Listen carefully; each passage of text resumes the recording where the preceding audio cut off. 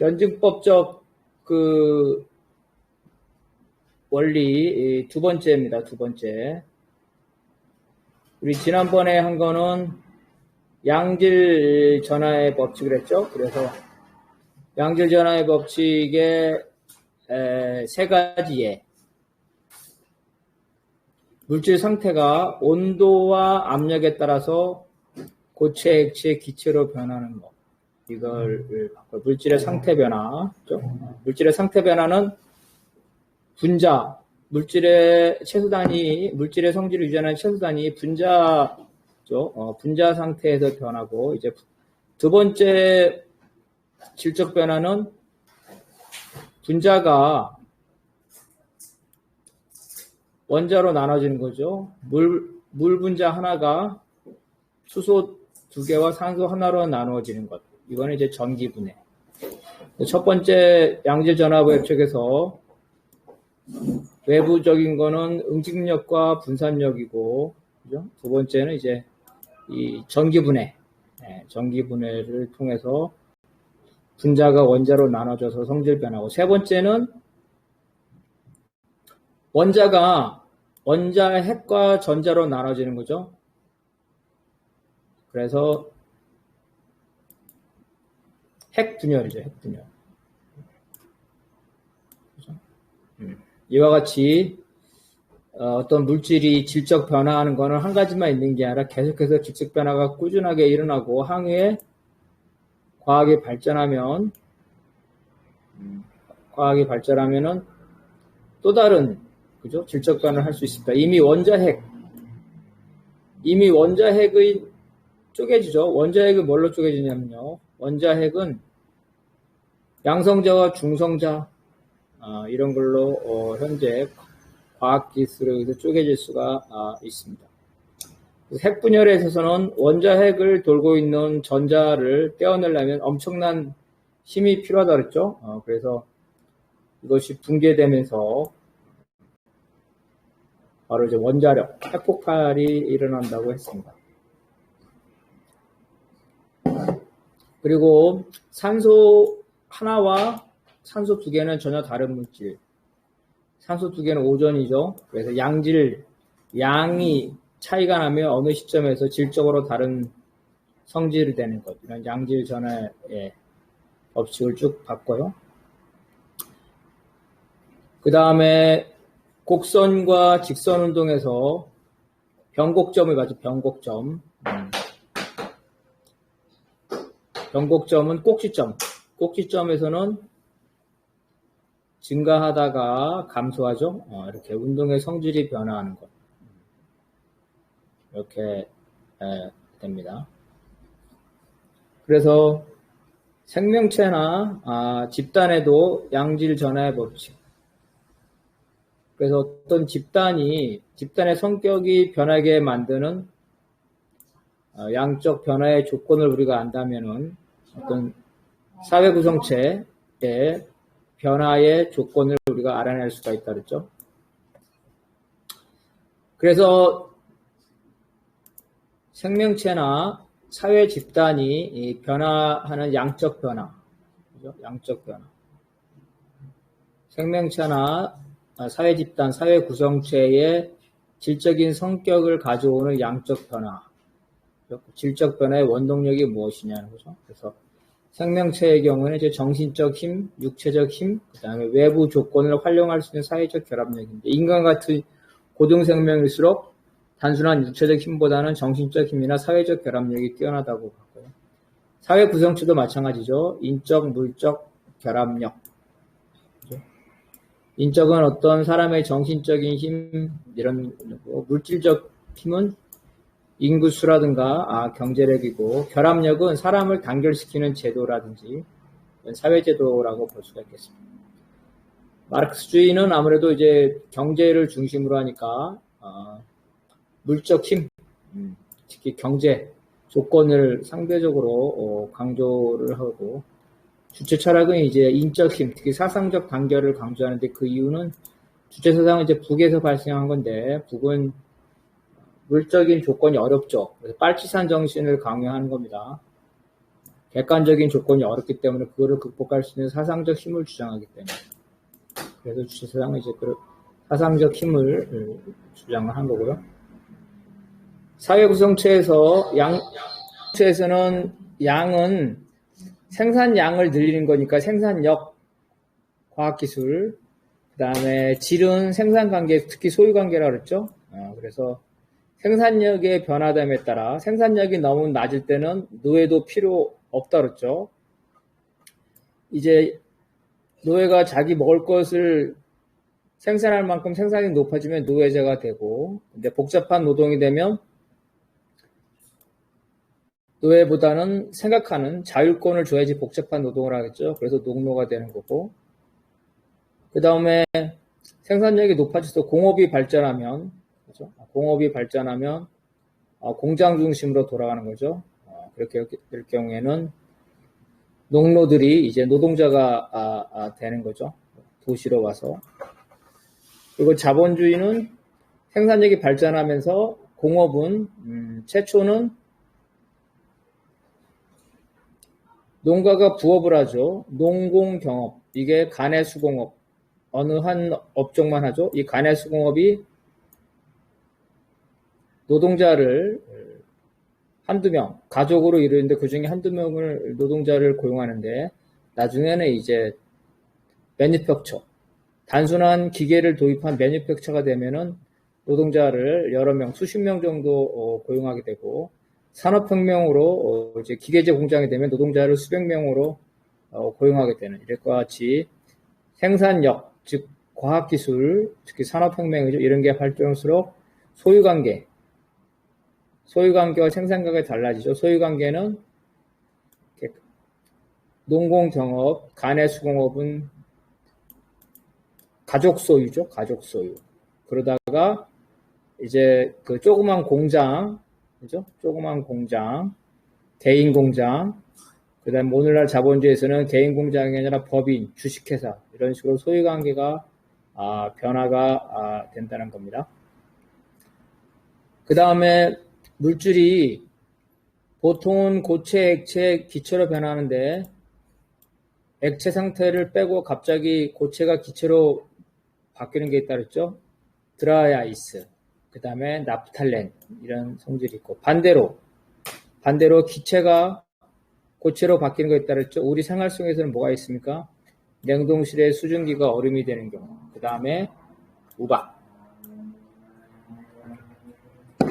우박이 어떻게 발생하는지 우리가 봤죠? 그죠?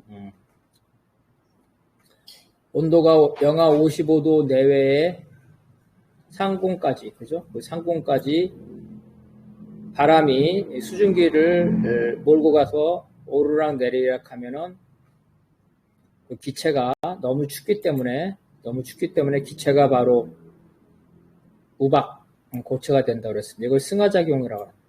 사회 구성체도 특수한 경우에는 봉건제에서 자본주의로 바로 넘어갈 수 있다 그랬죠. 중국과 같은 봉건제에서 자본주의를 거치지 않고 사회주의로 나아갔다는 겁니다. 다만 중국이 청나라 말이 봉건제였지만 세계적으로 보면은 그 청나라 말의 봉건제는 세계 자본주의, 즉 제국주의에 종속되어 있었죠. 그래서 이런 봉건 국가, 반봉건 사회에서 혁명이 일어나면 자본주의 생산력을 도입해야 되죠. 근데 자본가가 없기 때문에 국가가 자본가의 역할을 해서 공장도 짓고 하죠. 이걸 국가자본주의적 경제운영 방식이라고 했어요. 근데 일부 단체에서는 이 국가자본주의적 경제운영 방식을 사회구성체라고 해석하고 있다 그랬죠. 근데 그건 잘못됐다. 왜냐하면 국가자본주의를 만약에 사회구성체로 한다면 사회구성체는 우리가 배웠죠. 막스가 경제적 측면과 정치적 측면이 합해진 거고 그 두 개는 정치적 측면은 경제적 측면을 반영해야 된다 그랬죠. 자본주의 국가자본주의라는 거는 그 중국, 북한, 소련이 국가자본주의다. 즉 자본주의 국가의 하나의 종이다 이렇게 말하는 거죠. 근데 자본주의 국가는 어떻습니까? 경제가 자유경쟁이죠. 자유경쟁, 사적 소유.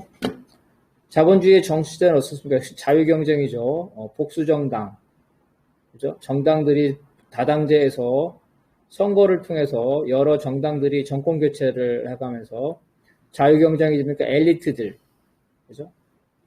변호사들, 이런 엘리트들, 부자들, 이런 사람들이 정치를 하죠. 그래서 이 정치가 자본주의를 반영하고 있어요. 근데 중국, 소련에서는 정치가, 경제는 사유재산, 중국의 사유재산이 있죠. 재벌도 있습니다. 경제는 자본주의적인데 정치는 중국 공산당의 일당이 지배를 하고 있습니다.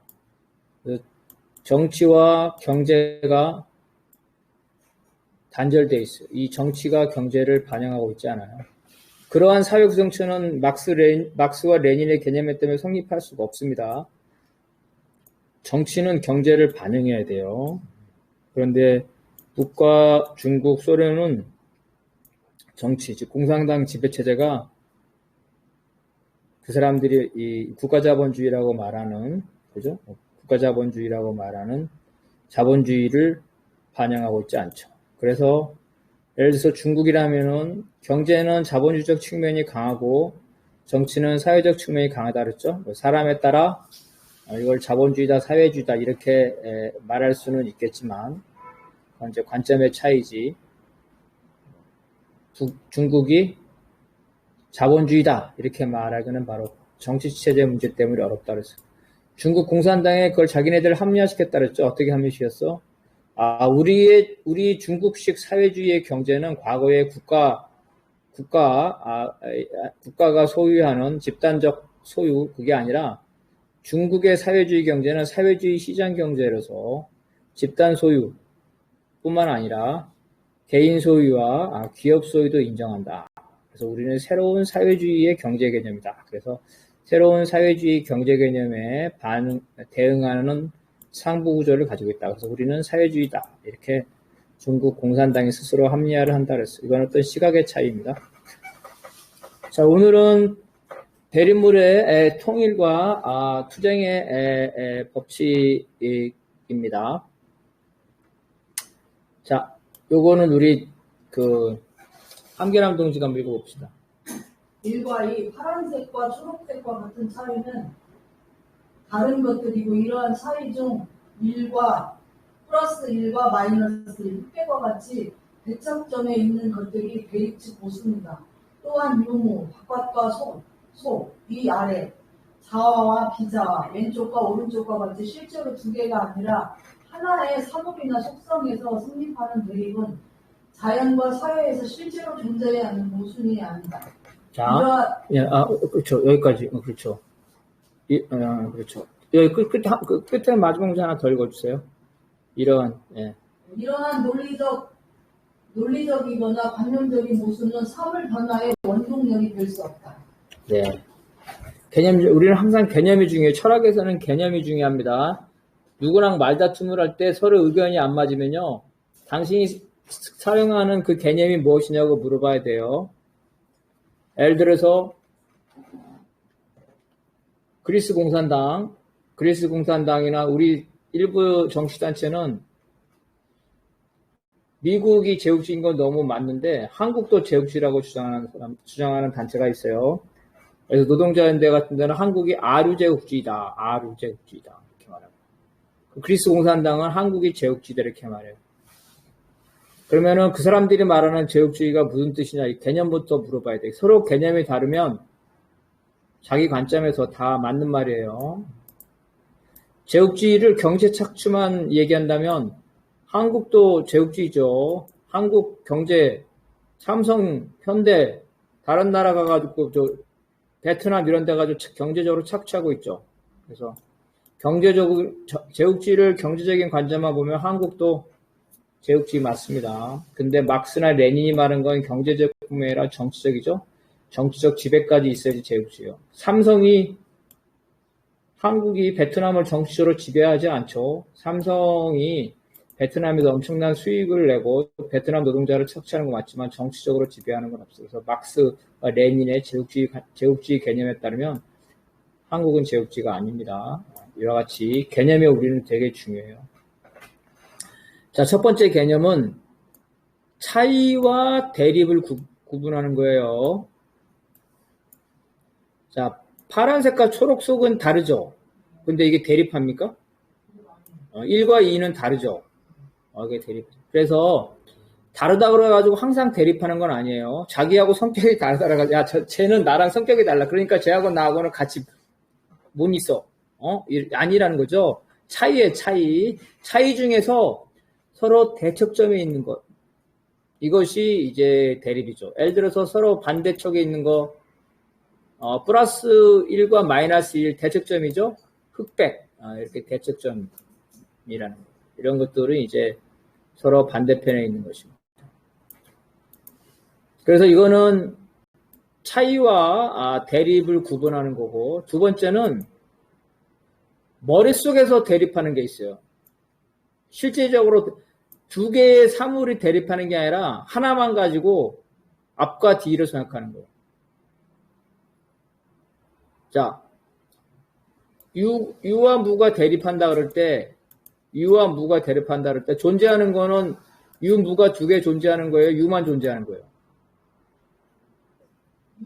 그렇죠. 유만 존재하죠. 존재하는 건 하나가 있는데 그 존재의 반대가 무라는 거예요. 이와 같이 속성이나 사물이 하나밖에 없는데 그것을 정반대를 대립으로 보는 것. 이거는 머릿속에서 있는 대립이죠. 하나의 사물이나 속성에서 서로 정반대. 두 개의 속성이나 사물이 대립하는 게 아니에요. 이와 같은 게. 하나를 관점에 따라서 안에서 보고 바깥에서 보고 있는 거. 바깥과 속 마찬가지죠. 위아래. 위아래.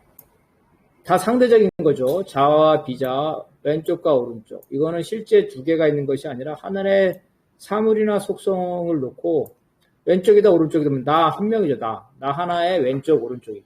이와 같이 두 개의 사물이나 성질이 자연에서 실제로 대립하여 존재하는 것들이 아니에요. 이러한 것들은. 이거는 그냥 현실에서의 모순이 아니라 논리적 모순이에요. 관념의 모순이에요. 그래서 이러한 논리적인과 관념적인 모순은 사물 변화의 원동력이 될 수 없다.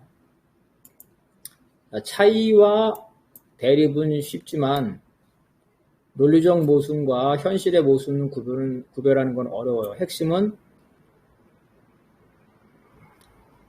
하나의 사물이나 하나의 속성에서는 관념적 대립, 논리적 대립이고 현실에 대립되려면 두 개의 물질, 두 개의 속성이 있어야 된다는 얘기예요.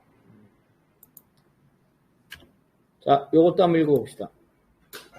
변화의 원동력은 작용과 반작용, 원심력과 구심력, 음영과 같은 물질의 자연과학적 모순, 노동자와 자본가의 대립과 같은 사회과학적 모순을 의미한다. 즉 변화의 원동력이 되는 모순은 변증법적 유물론과 사적 유물론의 영역에서 발견됩니다. 여러분 작용과 반작용 과학 시간에 배웠죠? 비행기, 로켓, 그죠? 네.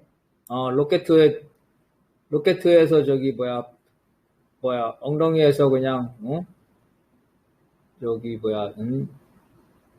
불꽃이 나가면 그 힘으로 나간다는 거죠. 재밌는 말인데 방구를 세게 끼면 몸이 날아갈까요? 그런 거랑 비슷한 거예요. 그죠? 로켓은 방구를 얼마나 세게 끼래 뒤로 방구를 끼는데 앞으로 날아간다는 거죠.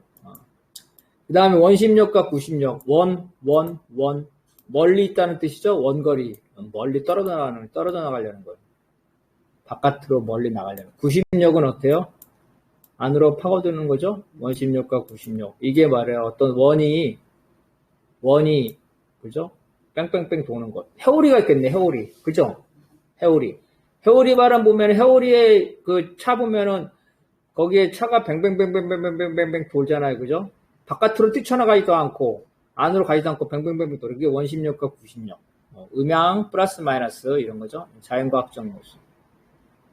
이제 사회과학적 모순, 노자 간의 대립이라는 거죠. 그래서 이러한 모순이 이제 변증법적 물론 자연과학에서도 있고 사회과학에서도 있다는 거죠.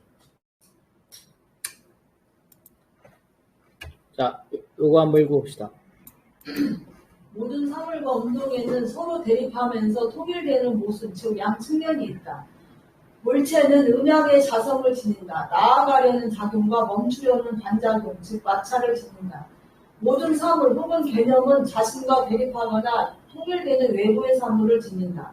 남성과 여성, 자본가와 노동자, 생산과 소비, 진실과 거짓 등이 있다. 사물을 제대로 이해하려면 내부의 양측면과 외부의 사물을 종합적으로 고찰해야 한다. 네, 모든 사물의 운동에는 대립만 있는 게 아니라 통일도 된다 그랬죠? 플러스 마이너스. 여러분 보통의 물질은 플러스가 셉니까? 마이너스가 셉니까? 가만히 있는 보통의 물질은. 그냥 플러스 마이너스가 균형이 잡혀 있죠? 그래서 우리가 플라스틱 빗을 머리에 막 문질러면 그 균형이 깨지는 거죠. 깨지는 거죠. 자, 남성, 여성은 너무 쉬우니까 노동자와 자본가. 노동자와 자본가는 대립되는 측면이 커요? 통일되는 측면이 커요? 노동자 자본가가 맨날 싸우나요? 파업하다가 나중에 노조하고 자본가하고 협상하죠? 그 도장 찍고 사진도 찍잖아요. 사이좋게. 그게 이제 버릇이 되면 어때요? 맨날 파업한다고 교섭한다고 하지만 이제 조합원들이 또 잘 알죠? 현대자동차 이런 사람 너무 잘 알고 현대자동차 조합원들 야 파업을 할 때 우리가 좀 힘을 모아가지고 빡세게 해줘야 돼. 그래야지 나중에 또 자본가하고 또 도장도 찍고 협상하고 하는 거 아니야. 서로 다 잘 알아. 자본가와 노동자가. 서로 기를 죽이려고 하는 거죠. 그렇지만 어느 시점에 가서는 합의하죠. 매번 이제 그래서 이게 대립과 통일이 번갈아 나타나는 거죠. 그렇지만 사회주의 사회에서는 어때요? 이런 대립과 통일이 되면서 어느 한 순간에 자본가의 힘이 줄어들고 노동자의 힘이 압도적이 되는 거죠. 이 우리 사회의 대다수 99%가 아니라 독점 자본 그리고 자동화 시스템, 스마트 공장이 되면 999명의 노동자와 1명의 자본가가 돼요. 그러면은 민주주의에 따라서 999명의 노동자들이 가만히 안 있겠죠? 이럴 때는 이제 노동자가 자본가를 극복하게 되는 겁니다. 이렇게 돼요.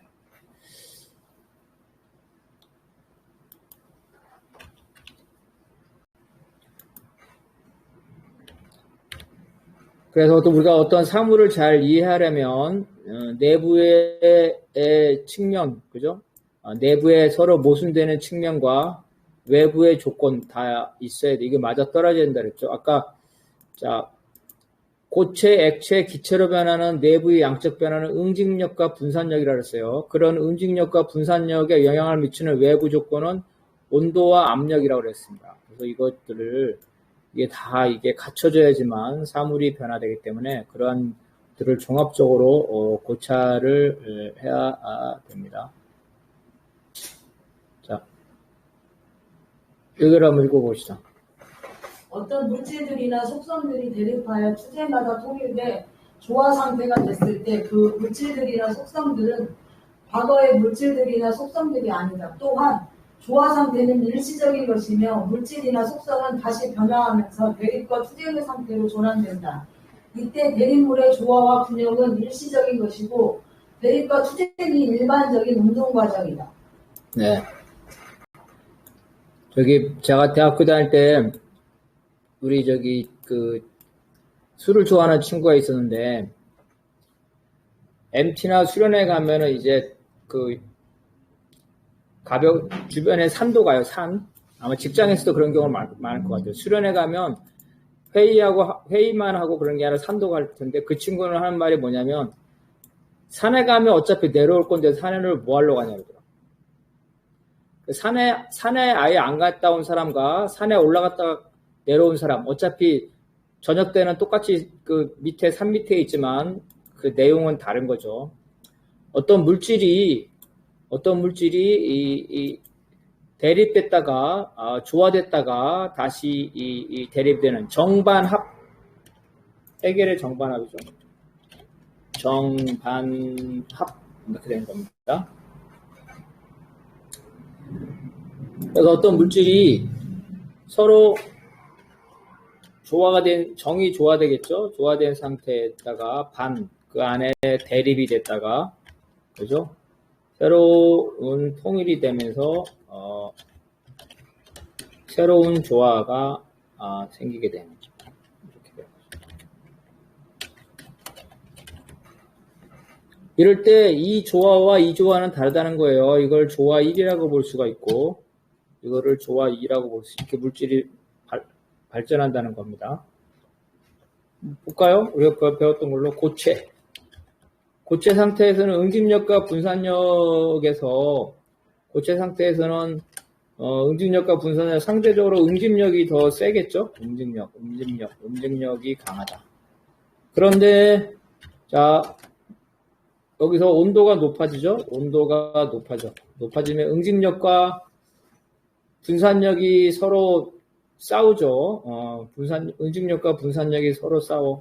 응집력과 분산력이 서로 대립해서 싸운다. 그래서 어느 정도 온도가 되면 액체 상태가 되죠. 액체 상태죠. 그것도 더 나가서 기체 상태가 되죠. 기체 상태에서는 어떻습니까? 분산력이 훨씬 더 강하죠. 분산력이 강하다. 여기서 통일되고 조화된다는 것은 어느 상태가 안정화됐다는 얘기예요. 보세요. 고체 상태에서 대립된다는 것은 고체가 막 녹는 거예요. 녹는 과정. 고체이면서도 액체이면서도 물질이 불안정하죠. 막 싸워. 응집력과 분산력. 근데 분산력이 높아서 액체가 되죠. 액체가 되면 어때요? 액체가 바로 기체가 되나요? 안 돼. 당분간은 그죠. 0도에서 100도까지는 액체 상태를 유지하잖아요. 이게 바로 통일 조화된 상태라는 거예요. 그런데 이 통일 조화된 상태가 또 지나면 또 응집력과 분산해서 기체가 된다는 겁니다. 이런 식으로 이 조화로 나타나지만 정반합으로 나타나지만 이 합은 앞에 정과 다른 내용을 가진다는 거예요. 사회 구성체도 마찬가지죠. 원시, 공산제, 노예제, 봉건제, 자본제. 자, 원시 공산제는 상당한 오랫동안 지속됐을 거예요, 아마. 제가 잘 몰라도 원시 공산제는 얼마나 오랫동안 지속됐을까요? 노예제가 생기기 전까지니까, 최소한 몇백만 년 정도는 지냈을 것 같아요, 원시 공산제가. 좋아죠, 좋아? 그러다가 갑자기 여기서 대립이 형성되죠. 뭐가 돼요? 농경, 신석기, 그죠? 농경과 목축을 하면서 생산력이 발전하죠. 생산력이 발전하게 되면서 여기서 이제 소유제도가 나타나게 되는 거죠. 여기서는 이제 이 생산력과 생산 관계, 농경과 목축이 하면서 농경과 목축에 늦게 받아들인 사회는 아직도 원시 공산제고 그걸 빨리 받아들인 사회는 노예제가 되겠죠. 그죠? 이렇게 돼서 나라마다 이 노예제가 되는 시기가 다릅니다. 원시 공산제에서 나가는 시기가. 그렇게 되다가 이제는 농경 목축이 일반화되면 노예제가 되면 노예제가 상당히 오랫동안 지속되겠죠. 우리 노예제 얼마나 됐을까? 노예제는 문명이 한 5,000년 정도 되지 않을까? 5,000년? 그냥 제가 정확하지 않습니다. 이거는 한 300만 년 정도. 왜냐하면 원시인 초기부터 인간이 구석기 때부터 나타났으니까. 그리고 노예제죠? 노예제는 문명이 한 10,000년 전에 나타났다고 생각한다면 노예제는 한 8,000년? 나라마다 다르겠지만 최대 8,000년? 이렇게 될 거예요. 봉건제는 4, 5세기부터 해서 한다면은 한 1200년? 1200년 이렇게 될 겁니다. 현재 자본제가 나타난 거는 산업혁명으로 한다면 한 400년? 300년? 300년 정도 되겠죠? 이렇게 됩니다.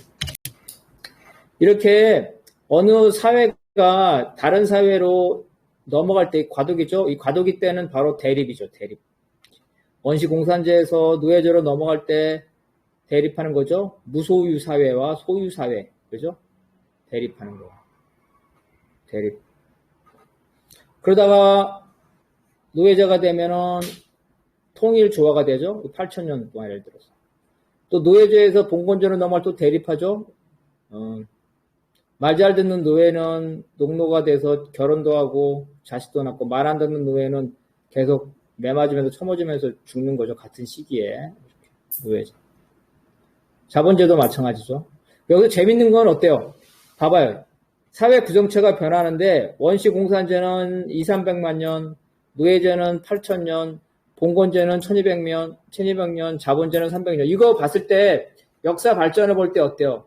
갈수록 사회 구성체가 변화되는 시기가 빨라지죠. 그래서 자본제가 어때요? 얼마 있으면 망할 거예요. 그죠?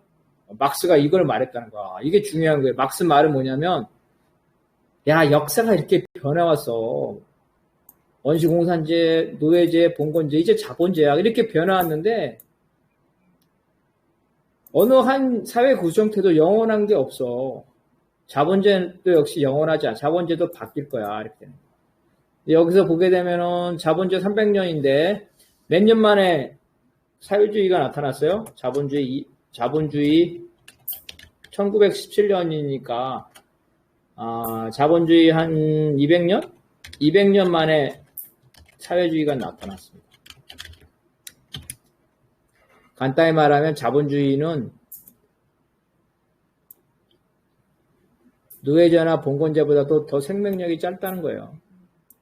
여기 8,000년, 1,200년이니까 뭐 엄청나게 빨리빨리 생명력이 되죠. 자본주의는 지금 제가 볼 때 이 스마트 공장, 완전 자동화 시스템이 돼서 이제 일할 사람이 필요가 없죠. 일할 사람이 필요가 없어. 이제 컴퓨터에서 자동 제어 시스템만 하면 돼요. 그러면은 992명이 실업자 되고 한 명이 자본가. 뭐 990명 이렇게 합시다. 900명이 실업자. 노동자는 뭐 100명 정도 된다. 나머지 뭐 99명이어야 되겠네. 그래서 딱 예를 들어서 그 다음에 자본가는 1명. 사회 시스템을 통제하는 노동자만 필요한 거예요. 감시할 수 있는 프로그램하거나 이런 사람들. 월급을 많이 받겠죠. 나머지는 필요 없죠. 그럼 어떻게 해야 되겠어요? 국가는, 자본주의 국가는 이 살아남기 위해서. 자본주의 국가가 살아남기 위해서 이 900명의 실업자들, 그죠? 900명의 실업자들을 어때요? 달래줘야 되겠죠? 달래줘야 된다. 안 그러면 폭동이 일어나죠. 사회주의. 달래주는 가장 기본적인 방법이 뭐예요? 네? 실업자 달래주는 가장 기본적인 방법. 그렇죠. 일자리를 만들어주죠. 일자리, 좋아, 일자리. 그러면, 자동화 시스템이고 스마트 공장인데 사람이 필요 없는데 일자리를 어떻게 만들어줘요? 어떻게 만들어줄까요? 바로 이 해답은 공공서비스, 경찰, 공무원, 공공서비스. 그죠? 공공서비스는 어때요? 공공서비스는 기계가 하기 어렵죠? 공공서비스는 기계가 하기 어렵다. 기계가 하기 어렵다. 사람이 해야 된다. 그래서 이런 자본주의가 발달되는 데에서는 이 공공서비스 일자리가 엄청나게 늘어나는 거예요. 경찰, 공무원, 소방관, 그죠? 잔뜩 늘어나. 근데 이것도 아무리 늘리는 것도 한계가 있죠. 그 다음에 또 어떻게 달래야 돼? 900명을 달래주려면. 어떻게 달래줘야 될까? 지금 많이 하잖아요. 여러분 많이 혜택 보잖아요. 실업급여. 굶어 죽지 않을 만큼 주는 거예요. 여기서 더 구조적이 있어요. 더 구조적인 건 뭔 줄 알아요? 더 구조적인 거는 어려운 얘기인데, 재생산 기간을 늘리는 거예요. 무슨 말이냐면 취업 연령을 늦추는 거예요. 취업 연령을 늦춘다.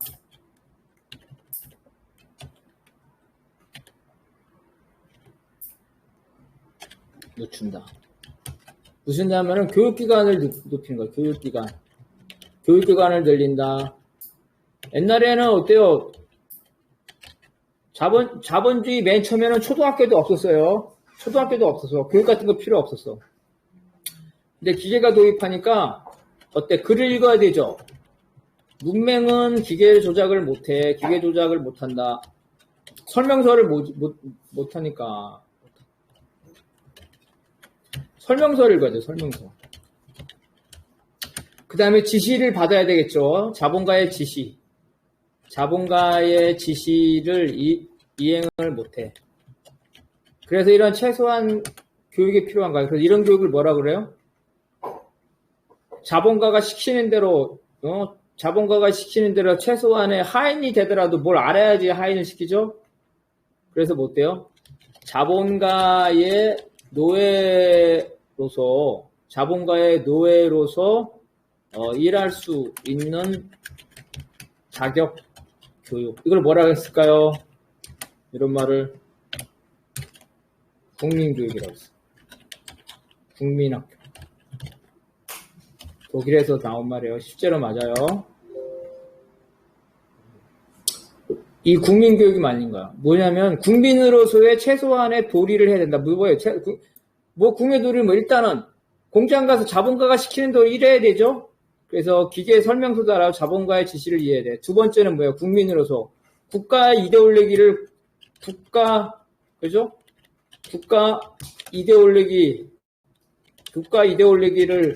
훈육해야 되죠. 그래서 국가 이데올로기는 뭐예요?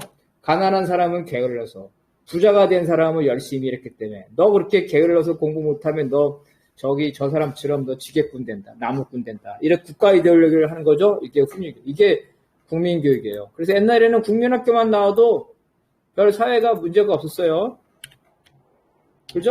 근데 지금은 어때요? 중학교, 고등학교 뿐이에요. 지금 대학 진학률이 어떨까? 대학 진학률.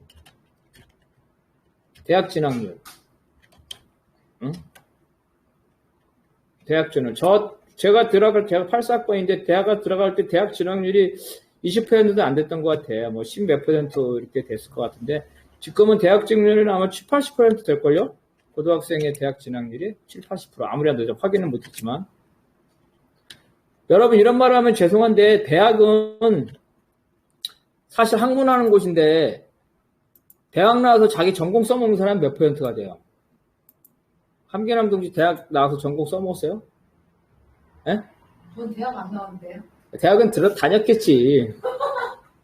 그죠? 근데 지금은 더 문제점이 뭔 줄 알아요? 뭐예요? 석사, 박사, 대학 나와서 뭐예요 또? 취업, 그죠? 어학, 연수, 이렇게 해서 취직하는 연령이 늦어지는 거예요. 무슨 말이에요? 이게 무슨 뜻이냐면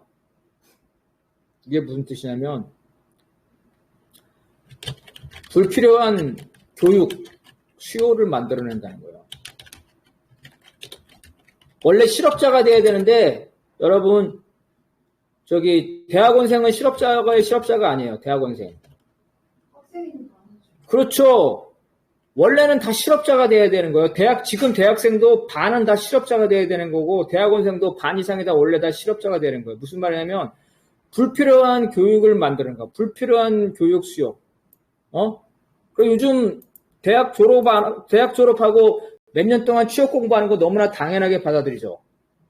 이게 바로 뭐냐면은, 바로 900명을 달래주기 위해서 이 사람들에게 계속 어때요? 소비자, 즉 노동자가 아니라 소비자로서의 기간을 늘리는 겁니다. 알겠죠? 이렇게 900명을 달래주는 거. 근데 이거 달래주는 것도 한도가 있죠. 지금 청년 실업이 장난이 아닙니다. 명문대 나와도 아마 이제 스마트 공장 나오고 뭐 다 저거 되면은 아마 900명을 달래주기 어려울 거예요. 어느 순간에는 폭동이 일어나거나 민주주의 방식으로 이 900명이 들고 일어날 겁니다. 바로 그때 사회주의가 되는 거고, 우리는 그러한 사회주의가 만들기 위해서 노력하는 사람이기 때문에 이런 메커니즘을 잘 알고 있어야 돼요. 여러분 나이가 드셨으면 자기 자식이 왜 대학원 졸업하고 나서도 왜 또 취직 공부를 하고 왜 또 어학 공부를 하고 직장 가서 뭐 영어를 제대로 쓰는 사람이 있습니까? 왜 그런 걸 하냐는 거죠. 바로 이게 자본주의가 나머지 900명을 달래주기 위해서 소비자로 만드는 겁니다. 실업자를 소비자로 만들어주는 겁니다. 마지막에는 기본소득 할 수밖에 없죠. 기본소득 안 하면 폭동이 일어날 텐데. 바로 이런 거예요. 그래서 이 사회가 이렇게 어떤 사회가 어떤 사회로 넘어갈 때 불안정한 과정을 넘지만 다시 또 새로운 사회가 되면 안정됐다고 또 불안정한가 또 새로운 사회가 이렇게 정반합이 이런 식으로 반복된다는 겁니다. 그래서 여기 뒤에 있는 합은 앞에 있는 정하고 다르다는 거예요. 산에 갔다가 산 꼭대기에 올라갔다가 내려온 사람과 산에 안 간 사람과 다르듯이 정반합 이게 뒤에가 똑같은 게 아니라는 겁니다.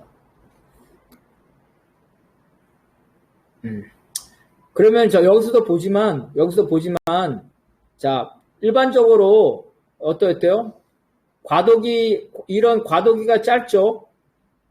그죠? 예, 어떤 이렇게 넘어가는. 항상 사회는 변화되고 있습니다. 그래서 아까 말한 것들이 어떤 물질이나 속성이 대립하다가 투쟁해서 통일돼 조화 상태할 때는 그 물질과 속성은 이미 과거가 아니죠. 누회제가 아니라 봉건제로 바뀌었다는 거죠. 그래서 어떤 사물이 조화 상태, 운동하지 않는 거, 안정되어 있는 거는 일시적인 거고 끊임없이 사물들은 변화하고 있어요. 새롭게 변화하고 있어요. 조화 균형이 일시적인 거고 항상 안에서 변화하고 있다. 어떻게 변화하냐? 플러스는 마이너스를 원해요. 남성은 여성을 갈구해. 그죠? 여성은 남성을 갈구하고 자연의 섭리입니다. 안 가르쳐줘도. 불연속적인 것은 연속적인 거를 원해요. 왜냐하면 불연속만 있으면 연속을 얻어서 안정을 갖고 싶어 하는 겁니다. 균형을 도달하려는 거예요. 이런 형태다. 경제학에서도 마찬가지죠. 상품의 가격이 있어요. 상품의 가격은 그 상품의 가치, 생산비와 이윤에 접근을 한데 상품의 가격은 그 상품의 가치를 중심으로 끊임없이 동요한단 말이에요. 가격과 가치가 딱 맞아떨어지는 거는 그렇게 흔하지 않아요. 계속해서 동요하고 있어요. 예를 들어서 상추 한 봉지가 우리 동네에는 엄청 싸요. 여기는 현찰 박치기여가지고. 이마트 같은 데 상추 한 봉지에 2,500원, 3,000원 하더라고요. 근데 여기는 우리는 1,000원 합니다. 1,000원. 상추가 폭락할 때도 있죠. 이렇게 폭락할 때도 있는데 변동을 하지만은 대략적인 상추 가격이 있어요. 통상적으로 보면은 상추 한 봉지에 1,500원에서 2,000원 그거를 중심으로 해서 가격이 요동치고 있다는 겁니다. 그래서 가격은 그 가치, 생산비와 이윤을 한 그걸 중심으로 해서 가격이 진동하고 있다. 자, 사회 구성체를 한번 봅시다. 이거 한번 읽어봅시다. 사회 구성체 역시 마찬가지다. 생산력과 생산관계가 투쟁과 조화를 거치면서 새로운 생산 양식을 만들어내고 이 생산 양식은 새로운 경제 생활을 만들어내고 이러한 토대의 변화에 부응하여 새로운 상품 구도를 만들어낸다.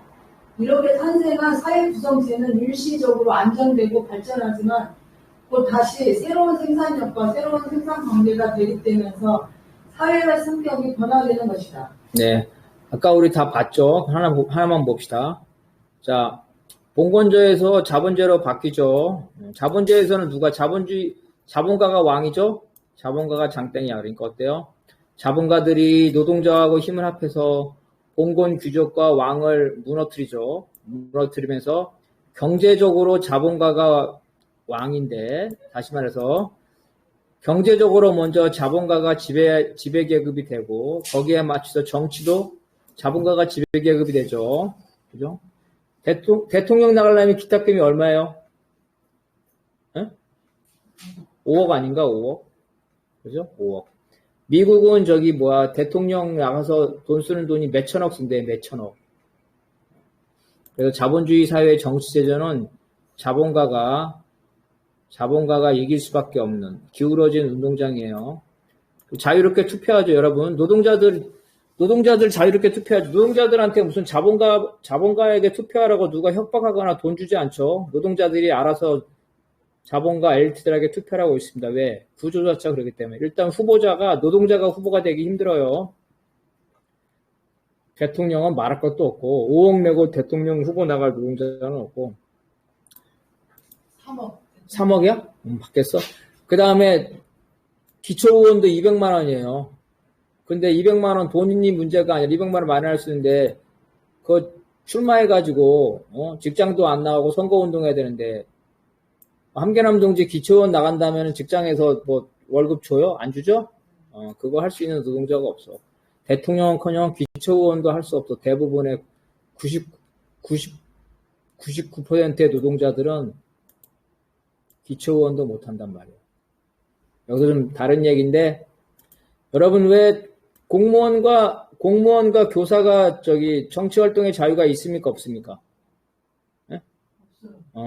정당에 가입도 못해. 출마도 못해. 다른 나라는 해요. 왜 막는 줄 알아요? 노동자 중에 정치 활동할 수 있는 가장 가능성이 높은 데가 어디예요? 교사와 공무원이죠?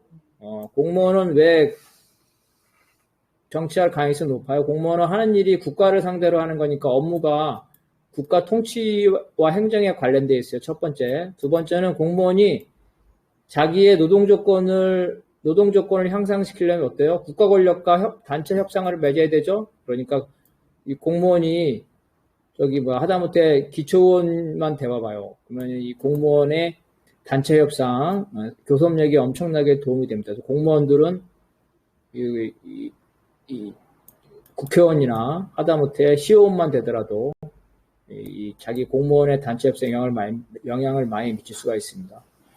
교사는 뭡니까? 교사는 사람을 가르치는 직업이죠. 사람을 가르치는 직업이에요. 공무원과 같이 상대적으로 안정되어 있습니다. 교사와 공무원은 어때요? 휴가, 그죠? 무급 휴직, 이런 거 잘 돼 있죠? 그래서 교사 공무원에게 정치활동의 자유를 주면은 유급이라든지 무급이라든지 이런 걸 통해서 정치활동을 충분히 할 수 있어요. 노동자의 정치적 대표자가 될 수 있어요. 교사와 공무원은. 그래서 우리나라에서 자본가와 국가가 교사와 공무원을 정치활동 못하게 막는 이유가 바로 이겁니다. 노동자의 정치 세력화를 막기 위해서. 그렇다는 거고.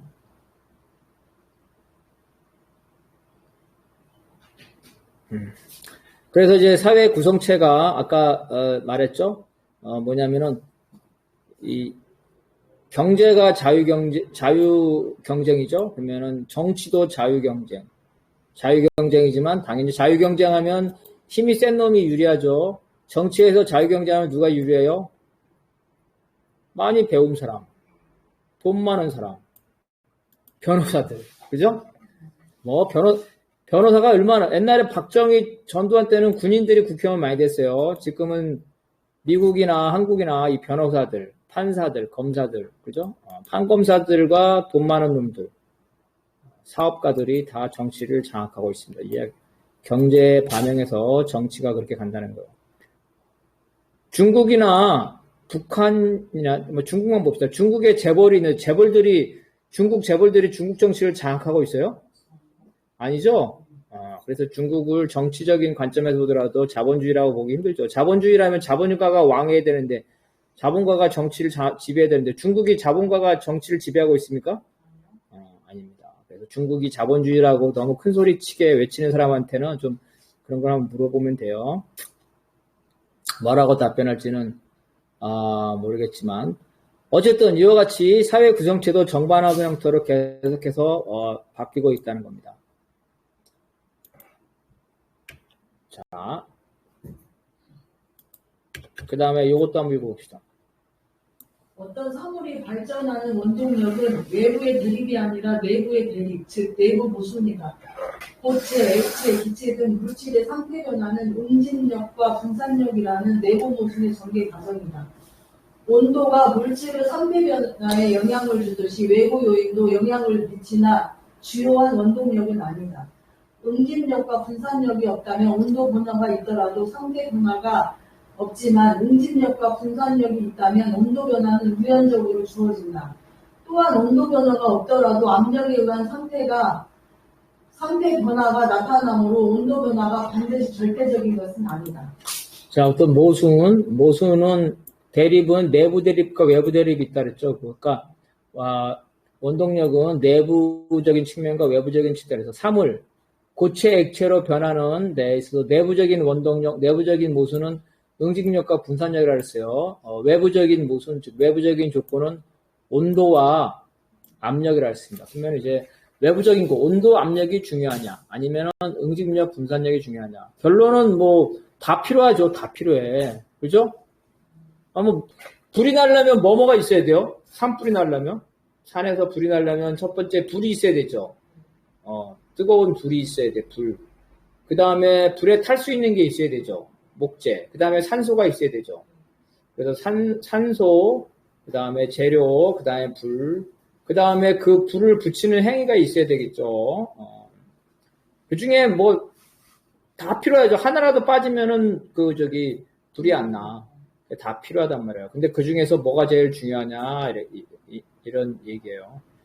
사람에 따라, 관점에 따라 다르게 말할 수 있다 그랬죠. 과학자라면은 뭐가 제일 중요할까? 과학자라면 과학의 목적에 따라 다르겠죠.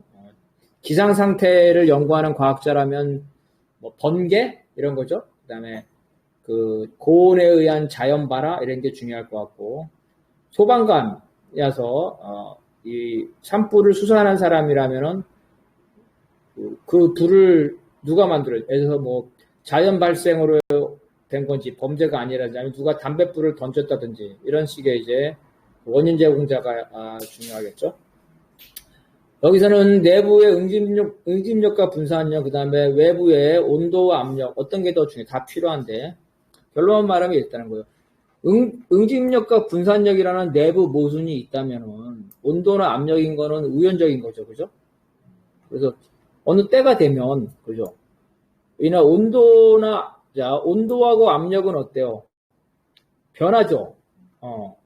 자, 온도는 우리가 일상적으로 계속 변화 상태가 있어요. 외부에서 주어지는 거예요, 온도라는 거. 그리고 압력은 현재 이 상태에서 압력 변화는 없지만은 하늘로 올라가면 압력 변화가 있죠. 물속으로 들어가거나. 그래서 이 온도와 압력이라는 거는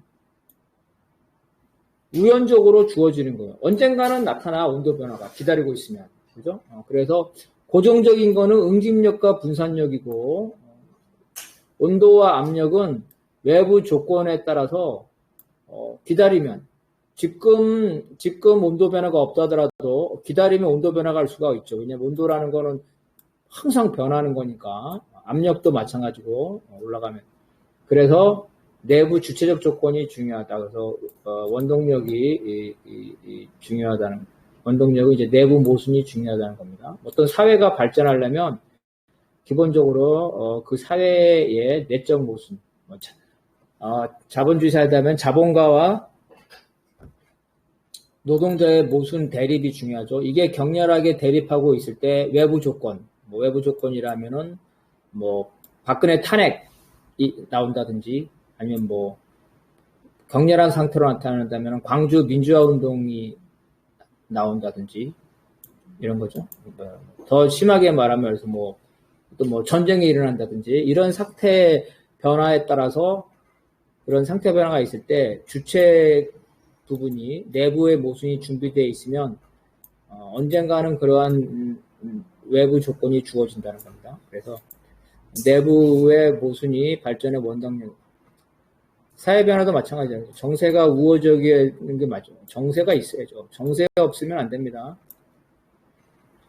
주체만 가지고는 안 되죠. 당연히 정세도 필요하죠. 다만 어떤 게 더 주요하고 실천적이냐. 자, 실천이라는 건 주체죠. 여러분이 그러면은 자, 우리는 사회주의를 원해요. 뭐 당연히 평화적으로 되면 좋죠. 999명이 민주적으로 하면 좋다. 어쨌든 사회주의는 원하는데, 근데 우리가 주체의 입장에서 우리가 실천적으로 준비하고 마련할 수 있는 거는 주체적인 조건입니까? 아니면 대외적인 정세입니까? 실천이라는 측면에서. 정세라는 건 객관적인 거죠. 우리가 주체가 자기를 준비할 수 있지만, 내가 운동해가지고 체력을 키우고 이렇게 막 할 수는 있지만, 외부적인 객관적인 조건은 내가 마음대로 할 수 없단 말이에요. 실천적으로 어떤 변혁을 준비한다는 거는 대외적으로 주어진 조건은 내가 좌지우지할 수 없지만, 주체적인 거는 준비할 수 있다. 항상 주체가 준비되어 있으면 정세는 변동적이기 때문에 언젠가 한 번은 좋은 정세가 온다는 거죠. 그래서 어떤 노동계급이 변혁적인 사상과 변혁적인 조직을 갖고 있을 때 되는 거죠. 뭐 예를 들어서 박근혜 탄핵이다. 그런데 이제 그때 어떻습니까? 이제 그 정보사령부인가요? 기무상가가 계엄령을 준비했다 그러잖아요. 그런데 그래서 뭐 박근혜가 탄핵이 됐는데 박근혜가 안 물러나고 박근혜를 추종하는 사람들이 계엄령을 내리면은 그런 반헌법적인 상황이 되는 거죠. 정세가 좋은 거죠. 그럴 때는 이제 반헌법적으로 물러나야 될 박근혜가 안 물러나면 전 국민들이 들고 일어날 거고 노동자들도 들고 일어날 거고 이럴 때 주체가 준비되어 있으면 그렇죠? 민주노총이라든가 어떤 사회단체, 시민단체가 주체가 준비되어 있으면 그 주체의 힘으로 어때요? 이제 뭐 거국 내각이라든지 그죠? 아니면 뭐 군대가 국회를 해산하려고 그러죠. 군부독재 시절에 국회를 해산했습니다. 국회를 해산할 때 국회를 방어하죠. 왜냐하면 야당이 국회가 다수니까 야당이 다수인 국회를 해산 못하게 국민들이 방어하는 이런 형식으로 그렇게 돼서 이제 어떤 박근혜를 몰아낼 수 있는 그리고 이제 박근혜가 몰아내면 또 노동자들이나 시민들이 준비가 됐으면 국회 민주당이나 이런 야당에게 강력한 사회 변혁을 요구할 수도 있겠죠. 주체가 준비되어 있어야 됩니다. 정세라는 거는 가변적이라는 거죠. 항상 주체가 준비되어 있어요. 자, 그 다음에 요거 한번 읽어봅시다. 저는데 시간이 됐네. 저기 뭐죠? 9시 7분이니까 9시 20분에